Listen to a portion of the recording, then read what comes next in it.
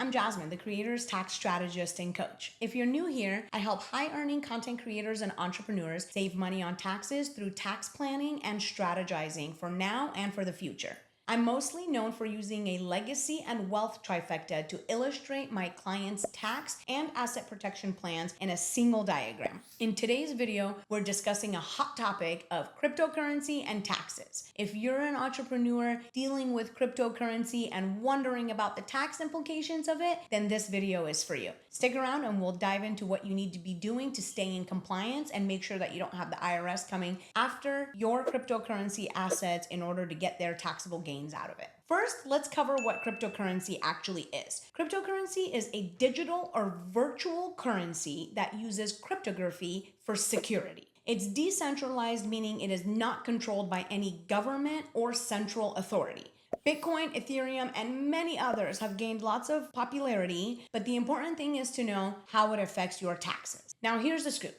The IRS treats cryptocurrency as assets rather than as dollars currency. This means that when you sell, trade, or use cryptocurrency for purchases, it is a taxable event. How do you track this? Well, when you're using cryptocurrency to pay for things, it generally will reflect on your 1099-B statement as a transaction, the same way selling cryptocurrency would. Now, I've seen platforms that issue 1099-B statements that also show transactional history of all of the assets that were purchased. However, in most cases, the 1099-B statements are there to share the transactions that resulted in a taxable event, generally being when you sell cryptocurrency, not when you buy cryptocurrency. There's a small point I want to make here. Regardless of whether you've purchased it and sold it or whether you've only purchased it, you still are reporting this on your tax return in the section where it asks you, do you hold any cryptocurrency? However, simply having purchased it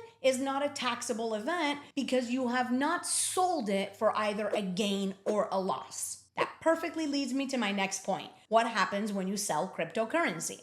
So here's the thing. If you sell cryptocurrency and you gain, meaning you made a profit from the price you paid for it to the price that you sold it at, that means that you will be responsible for paying capital gains taxes on that profit. Capital gains taxes are subject to short-term capital gains or long-term capital gains tax liabilities. Short-term and long-term are decided based on whether you sold that asset after holding it for less than 1 year, meaning it was a short-term capital gain, or whether you held it for more than 1 year, meaning that it was a long-term capital gain. Now that you know whether your cryptocurrency gains are subject to short-term capital gains or long-term capital gains, depending on how long you held that before you sold it, now you'll be able to determine what percentage of tax you have to pay on that gain in short-term capital gains or long-term capital gains. Let me give you an example. If you purchased Bitcoin for $1,000 and you held it for 2 years, which is more than 1 year of time, making it therefore a long-term capital gain, then if you sold your cryptocurrency that you purchased for $1,000 now 2 years later for $1,500, that means that you made $500 in that 2 years that you held that $1,000 worth of assets that you bought in crypto. Because you held it for 2 years, remember, that means that you are now subject to long-term capital gains taxes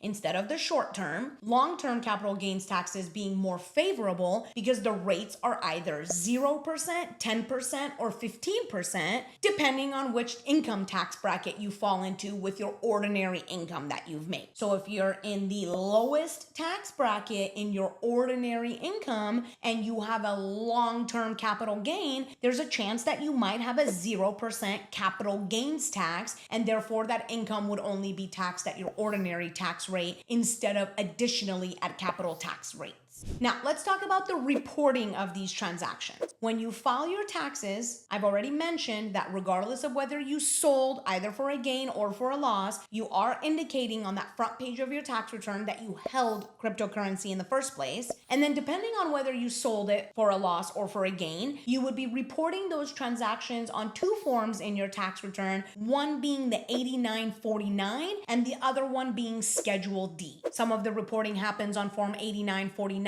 to disclose the purchase, the original value, the selling value, the difference of the loss or the gain, and then that information moves over to Schedule D to report the reconciliation of those numbers. If you found this information helpful and would like to learn more, I invite you to subscribe to our channel and please like and comment on this video so I can know how to best serve you in the future. Thank you and see you soon in the next one.